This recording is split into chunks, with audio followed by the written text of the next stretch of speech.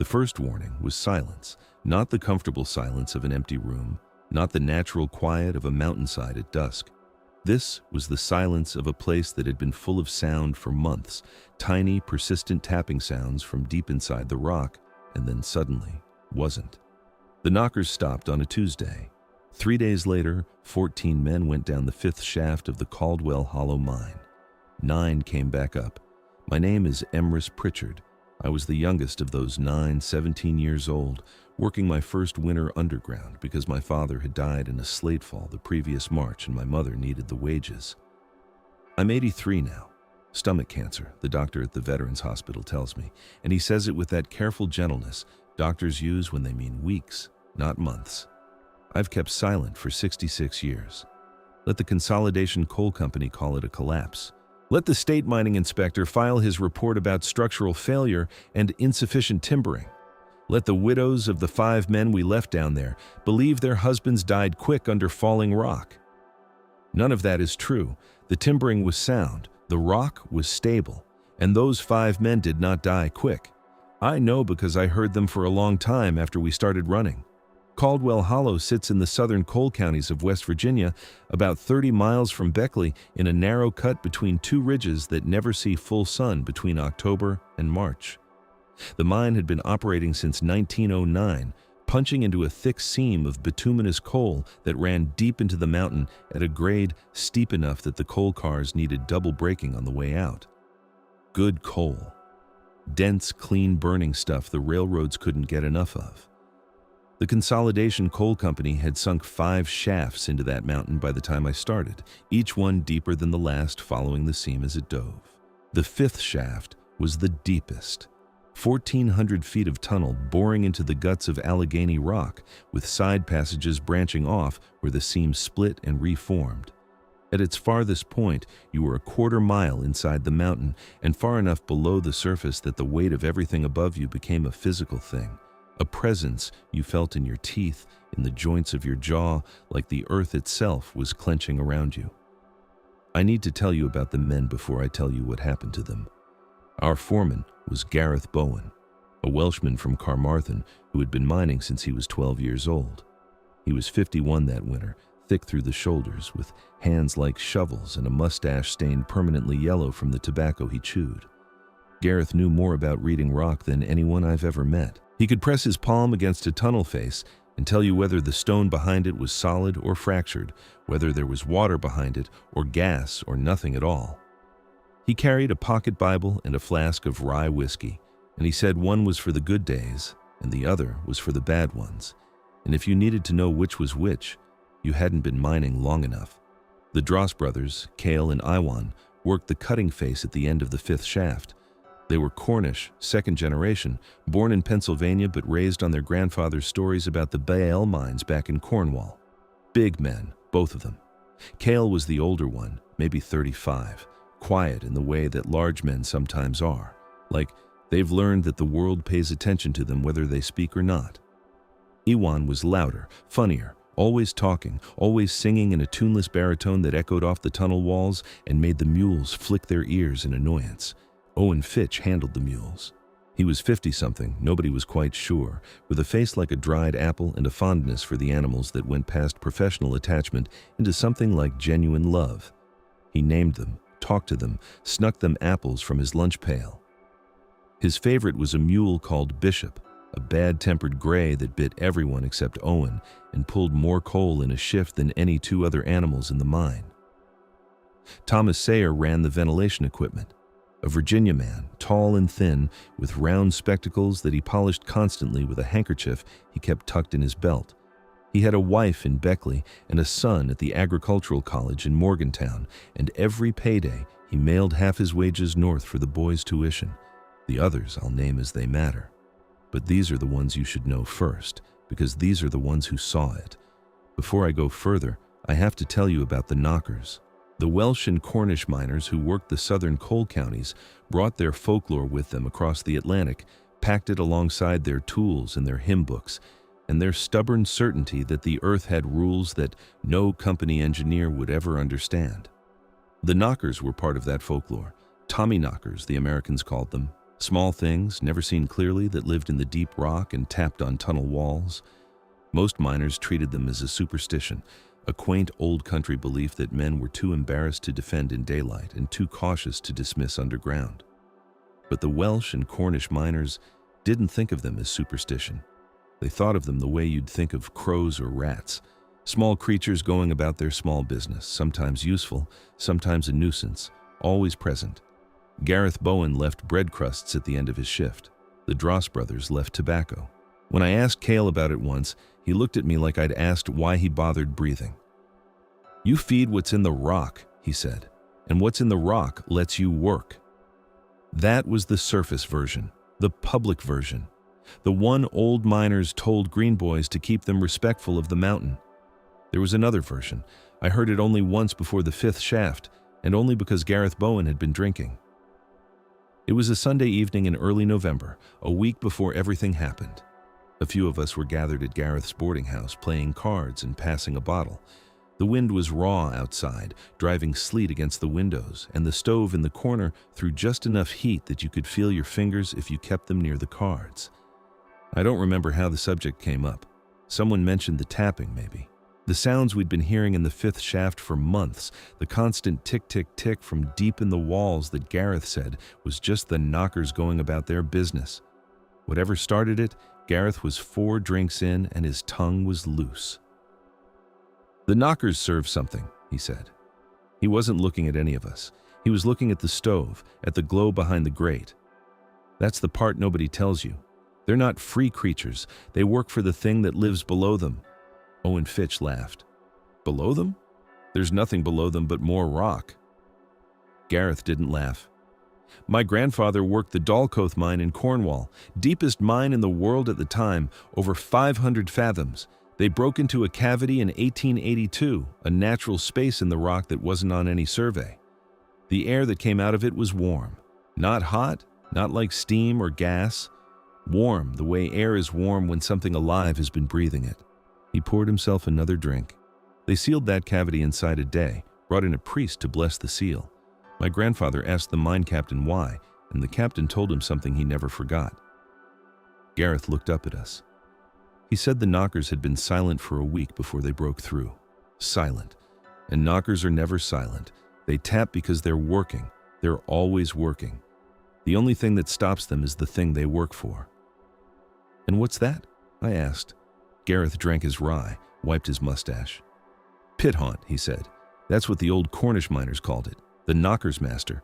Something that's been in the rock since before the rock was rock. You dig deep enough, you get close to where it sleeps, and the knockers go quiet because they're the ones that know it's there. They scatter. They run. Every small thing in the stone runs at once." He looked at each of us in turn. That sudden silence men notice before a disaster, before a collapse or an explosion. Everyone says it's the mountain settling, pressure shifting. It's not. It's every small thing in the rock fleeing. Nobody said anything for a long time after that. Then Owen dealt the cards, and someone changed the subject, and we drank until the story felt like the kind of nonsense old men tell to scare boys. I think about that night often. The sleet on the windows, the glow of the stove, the way Gareth's eyes looked when he told it, flat and serious, no performance in them at all. He wasn't telling it to scare us. He was telling it because the whiskey had loosened the thing he'd been carrying, and he needed to set it down for a moment, even among men who wouldn't believe him. The knockers stopped on Tuesday, November 13th. I know the exact date because I wrote it in the margin of my shift log, the way you'd note a change in weather or a broken tool. Small thing, worth remembering. Worth. For 5 months, the 5th shaft had been alive with tapping, constant, rhythmic, coming from everywhere and nowhere at once. You'd press your ear against the tunnel wall and hear it clearly, tick, tick, tick, like small hammers on stone, sometimes fast, sometimes slow, sometimes with a pattern that almost sounded deliberate.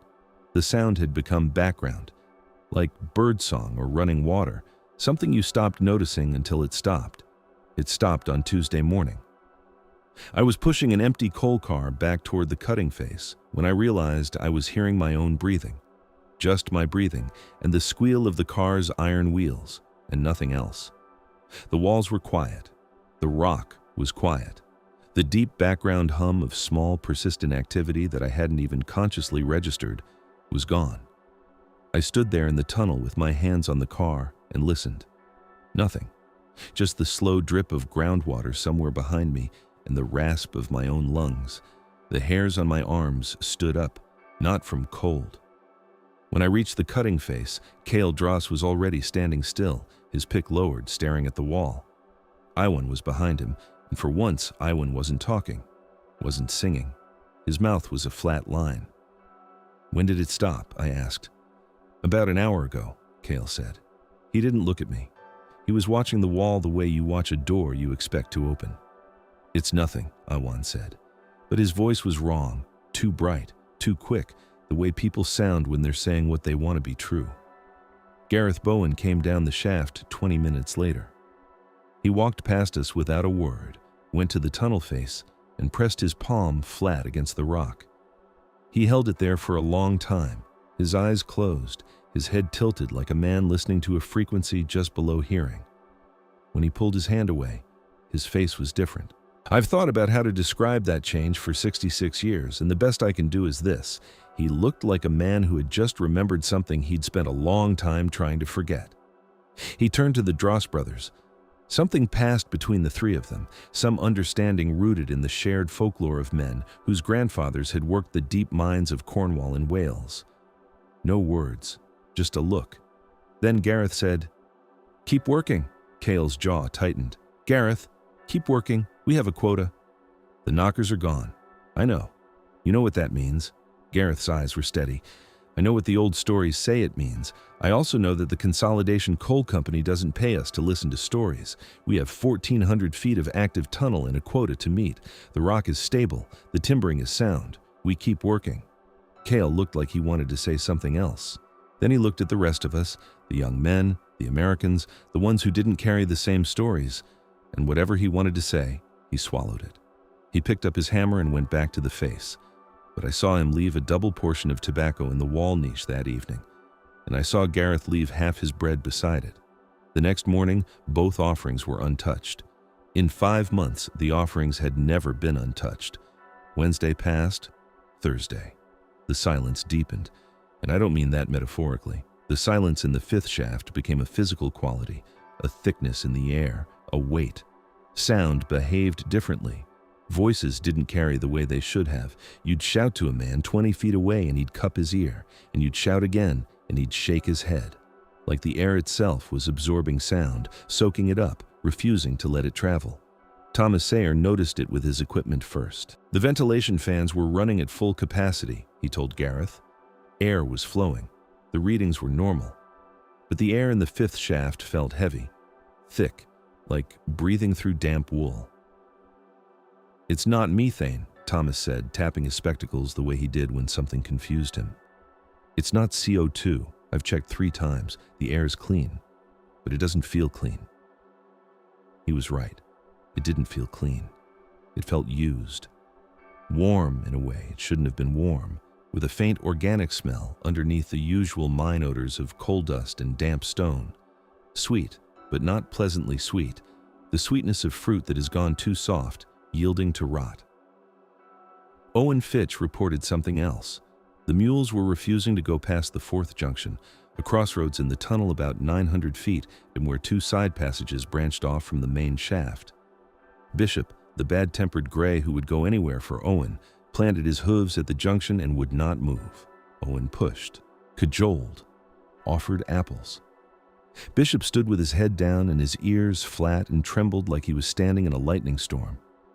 "Something's wrong with the air down there," Owen said. "The animals know it." "The air's clean," Thomas said again. But he was polishing his spectacles faster now. That was Thursday. Gareth kept us working. The quota was the quota. The company didn't care about silence or heavy air or bulky mules. Coal came out of the mountain or men lost their jobs, and in Caldwell Hollow in November of 1917, with winter settling in and families to feed, losing your job was its own kind of death. So we worked.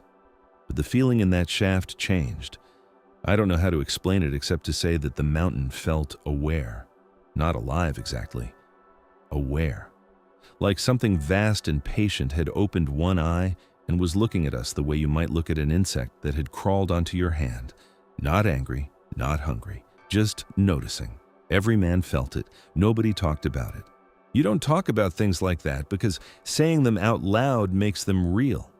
And real meant dealing with what Gareth had told us that Sunday evening.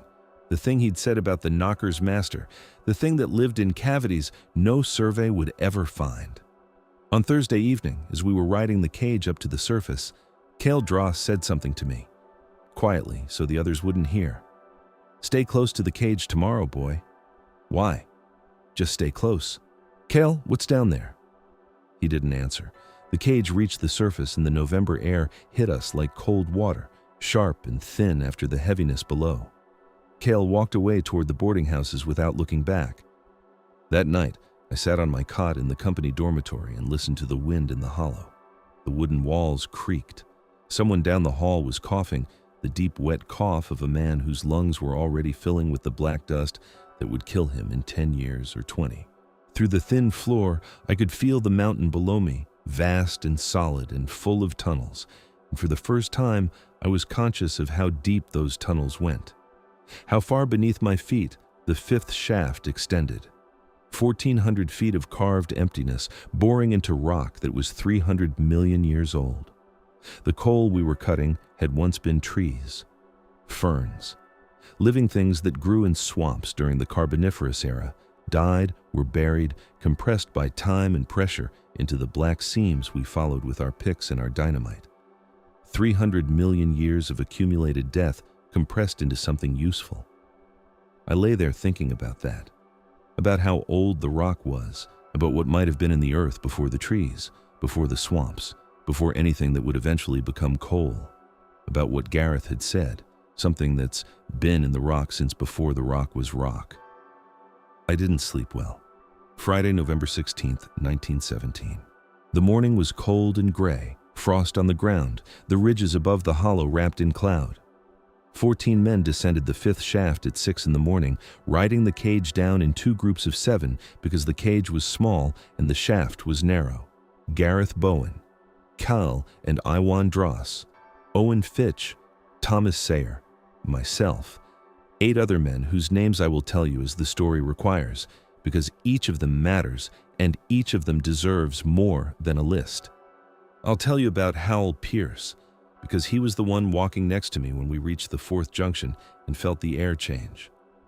Howell was 23, married 6 months, with a wife named Edith who was expecting their first child in February.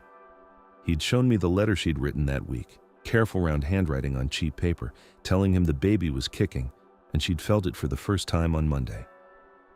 He carried the letter in his breast pocket, over his heart, the way some men carried photographs. A girl, he told me that morning as we descended. I can feel it. Going to be a girl. Going to name her after my mother. He never met her. His daughter was born in February and named Ruth, after Howell's mother, and she grew up without ever knowing her father's voice. I need you to carry that with you through what comes next.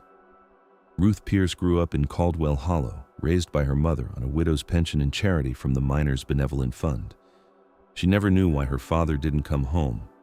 The official record says roof collapse. She probably believed it. It wasn't a roof collapse. At the 4th junction, the air hit us. That used warmth, that heaviness Thomas had been noting all week, but worse now, much worse, like walking into a room where someone very large had been sleeping with the windows closed. The sweetness was stronger too, and underneath it something else, something mineral and ancient, like the smell of water that has been standing in a cave for 1,000 years.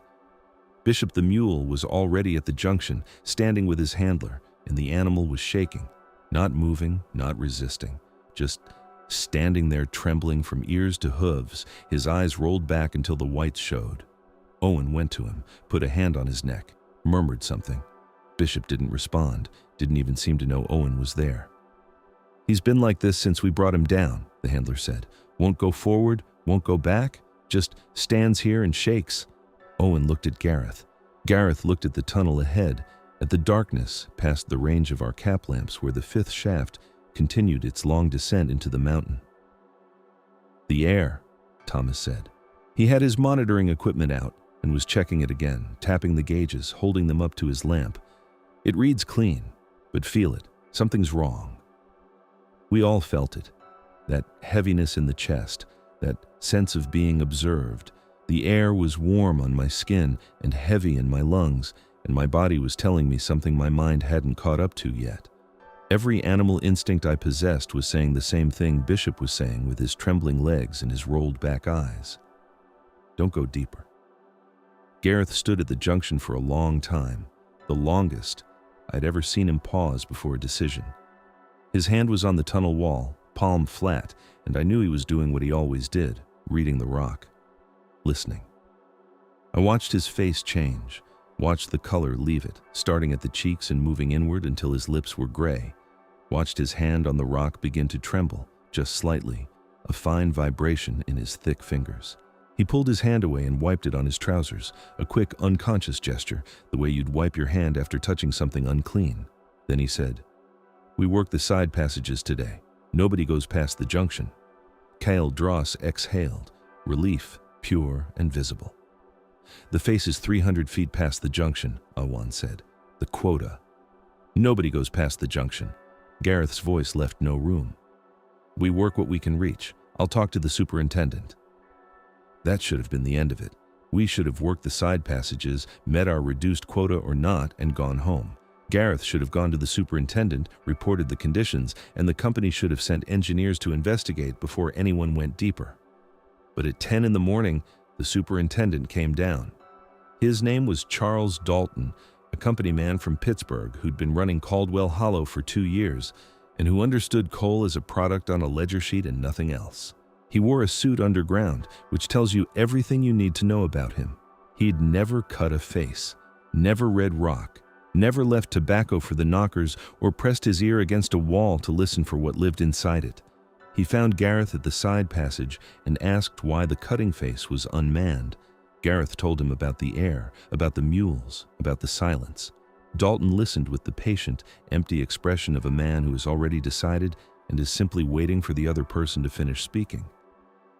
"The instruments read clean air," he said. "The instruments don't measure what I'm talking about." "Then what you're talking about doesn't exist, does it?" Dalton smiled. It was the smile of a man who has won an argument by refusing to understand it. "Get your men to the face, Gareth. We're behind quota as it is. Something is wrong down there. Something is always wrong down there. It's a mine. It's a hole in the ground. Get your men to the face or I'll find someone who will." Gareth looked at Dalton for a long time.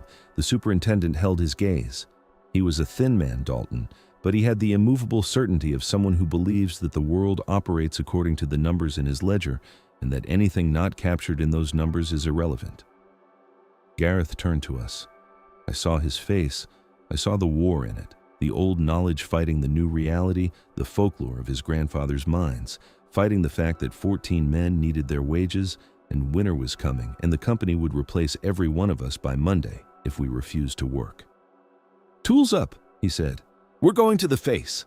Dross grabbed his brother's arm, leaned in close. I heard what he whispered because I was standing right beside them. "Don't go past the second timber set. Whatever happens, don't go further than the second timber set." Ewan's face was pale. "Kyle, promise me." "I promise."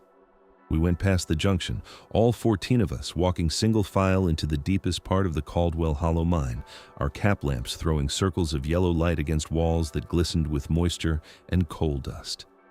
Behind us, Bishop the mule stood at the junction and watched us go, and I swear that animal made a sound as we passed, a low, soft sound, almost human, like grief. The air thickened with every step. 300 feet past the junction, we reached the cutting face, the end of the 5th shaft, where the coal seam disappeared into the mountain's heart, and our job was to follow it. The tunnel was narrower here, barely wide enough for 2 men abreast, the ceiling low enough that Dross had to duck. The timbers were sound. I checked them myself. Solid oak, properly braced, not a crack or a boo in any of them. The rock was stable. The timbering was good. It didn't matter, because that's when we heard it. Not tapping, not the knocker's familiar tick, tick, tick. Something else entirely. Something below us, and when I say below, I mean directly beneath our feet, deeper than the shaft, deeper than the seam, coming from somewhere in the rock that we had not dug to and never would. Breathing. Slow. Vast. So low in frequency that I felt it more than heard it. A rhythmic pressure in my chest, in my sinuses, in the fluid of my inner ear. An inhalation that lasted 4 or 5 seconds, then a pause, then an exhalation that was warm and carried that sweet rotting smell. Stronger now, much stronger, and underneath the sweetness, something that smelled like old iron and deep water and the inside of a body. 14 men stood in that tunnel and listened to the mountain breathe. Nobody spoke, nobody moved. We stood there with our tools in our hands and our lamps on our heads, and felt the floor pulse beneath our boots, a gentle rhythmic vibration timed exactly to that impossible respiration. Gareth Bowen closed his eyes. Thomas Sayer took off his spectacles and held them in a hand that would not stop shaking. Howell Pierce, standing beside me, reached into his breast pocket and touched the letter from his wife. His lips moved, and I think he was praying, though no sound came out. The breathing continued. In, pause, out, in, pause, out. Patient and enormous and completely without urgency, the way something breathes when it has been breathing in the same dark space for longer than the mountains above it have existed. Then Cale Dross looked at the far wall of the tunnel face and said very quietly, "Oh God." I turned. I looked where he was looking, and I saw it. The wall was moving, not cracking, not shifting the way rock shifts before a collapse, moving. The stone at the cutting face was rippling, slow undulations passing through solid rock like waves through dark water. And in the spaces between those ripples, where the stone thinned and stretched, I could see something behind it. Not clearly, not fully, but enough. Veins. That's the closest word, though it fails completely. A network of dark channels pulsing behind the rock face, visible only when the stone thinned at the crest of each ripple. They branched and converged like a root system, or like the circulatory map in a medical textbook, and they pulsed in time with the breathing. Each inhalation, they darkened and swelled. Each exhalation, they receded. The rock wasn't a wall. It was a membrane. And we were pressed against the skin of something that went down further than I could allow myself to imagine. Cale Dross dropped his pick. The clatter of it hitting the tunnel floor was enormous in that silence, and the breathing hitched. Just for a moment, the way a sleeping person's breath catches when a door closes in the next room. It had heard us, or maybe it had always heard us. Maybe for months it had listened to our picks striking its skin, felt us carving into the layer of dead earth that covered it the way bark covers a living tree. Maybe the knockers had been working frantically to keep us from going too deep, tapping their warnings into stone, and when they realized we wouldn't stop, they fled. Gareth said, "Back, now," slowly. His voice was barely a whisper, but every man heard it. The air was so thick and still that even a whisper carried with perfect clarity. We began to retreat, single file, 14 men backing away from the cutting face, not turning around because none of us could bear to look away from that rippling wall. Our cap lamps threw yellow light across it, and the shadows in those branching veins seemed to pulse darker in response, as though the light agitated whatever flowed through them. We made it maybe 50 feet before the floor cracked, not collapsed. Cracked, a single fissure opening in the tunnel floor with a sound like a rifle shot, running from wall to wall in a jagged line. Warm air rushed up through it, and with it came a smell so thick and organic it coated my tongue. Blood and honey and something deeper, something my body recognized as alive even though my mind refused to name it. And through that crack, rising on the warm air, came a sound. Not breathing this time, a voice. Low, resonant, vibrating at a frequency that loosened my teeth in their sockets and turned my vision soft at the edges. It wasn't speaking words, it wasn't language. It was a single, sustained tone, rising and falling like a note being tuned, and it found some corresponding frequency inside my chest and pulled. I felt my feet move toward the crack. One step. Involuntary. Like the sound had reached inside me and tugged at something physical. Howell Pierce took 3 steps before I grabbed his arm. His face was slack, peaceful. His eyes were open, but he wasn't seeing me, wasn't seeing the tunnel. He was seeing something else, something the sound was showing him, and he was smiling. "It's warm," he said. "Emrys, it's so warm down there." I pulled him back. He came, but reluctantly, like a sleepwalker being led from a window. Gareth was shouting now, "Move! Get to the junction! Move!" Men ran. The orderly retreat broke apart into scrambling panic, men stumbling over tools and each other in the narrow tunnel, cap lamps swinging wild shadows across the walls. I ran with Howell's arm in my grip, dragging him, and he kept turning to look back over his shoulder at the crack in the floor with that terrible, peaceful expression. Behind us, the sound rose. That single tone became 2 tones, then 3, harmonizing with itself, building into something that was almost music, almost beautiful. And the pull of it intensified, a physical tug in the center of my chest like a hook set behind my breastbone. We were 200 feet from the junction when I heard Dross scream his brother's name. I turned. Kyle was standing in the middle of the tunnel, perfectly still, while the other men streamed past him. He wasn't moving toward the sound. He was just standing, his head tilted, his eyes closed, listening, and the expression on his face was the same one I'd seen on Howell's. Peace, understanding, the look of a man hearing an answer to a question he'd been asking his whole life. Ewan grabbed him, pulled. Cale didn't move. He was rooted, planted, heavy with something more than his own weight. "Cale, you promised me." Cale opened his eyes. He looked at his brother with tremendous gentleness. "It's not what we thought," he said. "It's not a monster, Ewan. It's just old. It's just so old, and it's been alone down there for so long." Ewan was weeping, pulling at his brother's arms with both hands. Gareth came back for them. He and Iwan together couldn't move Cale. 3 men pulling at a man who stood like he'd been poured from concrete, and Cale just shook his head slowly, almost apologetically.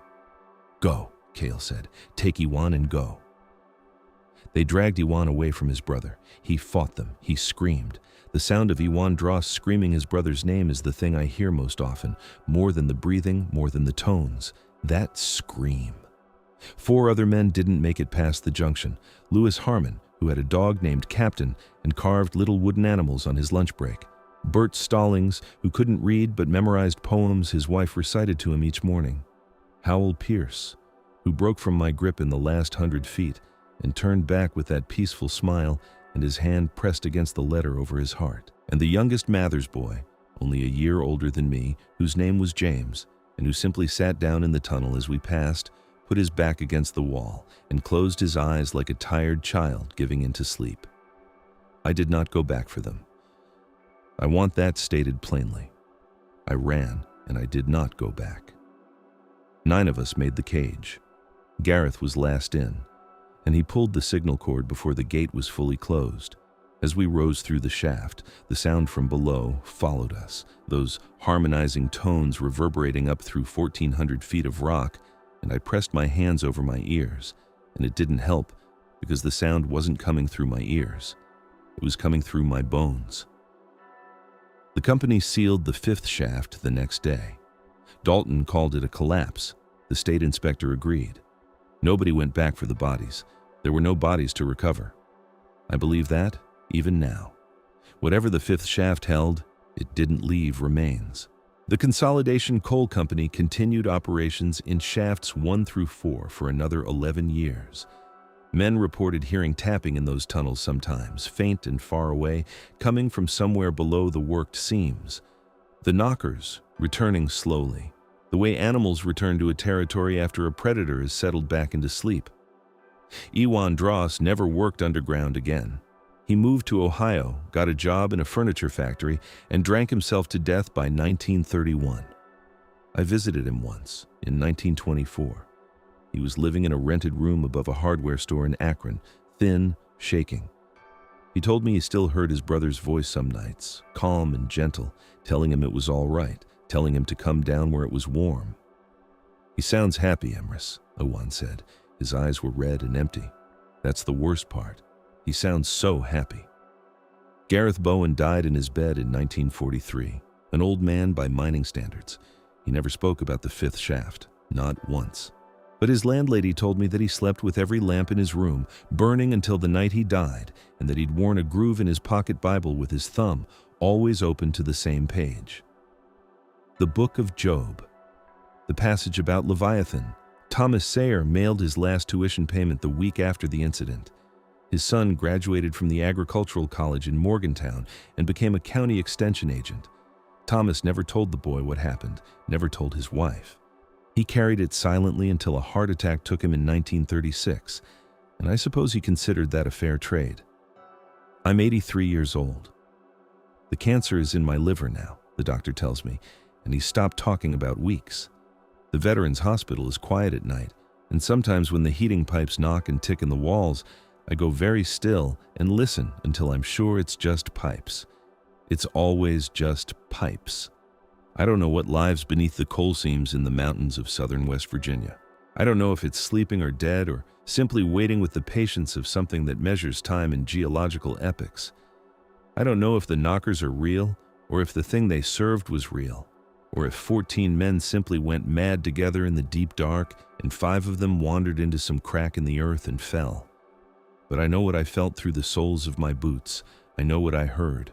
I know the expression on Cale Dross's face when he told his brother it was old and alone and not what they'd feared. And I know that expression wasn't terror. That's what haunts me. Not the breathing, not the sound, the fact that the men who stayed didn't scream. They went quietly, willingly, with faces full of something that looked, God help me, like relief. 5 men are still down there in the dark. The official record says they're dead. I say the official record doesn't know what that word means anymore. This is my testimony. I owe it to Howell Pierce and his daughter Ruth.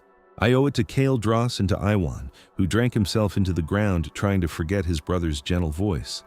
I owe it to the youngest Mathers boy, who was 17 like me and just sat down and closed his eyes. The truth deserves to outlive me, even if nobody believes it. Even if this paper ends up in a drawer and the drawer ends up in a landfill, and the landfill gets buried under new earth and new rock and new silence. At least I said it. At least once, someone said what really happened in the 5th shaft of the Caldwell Hollow Mine. Make of it what you will.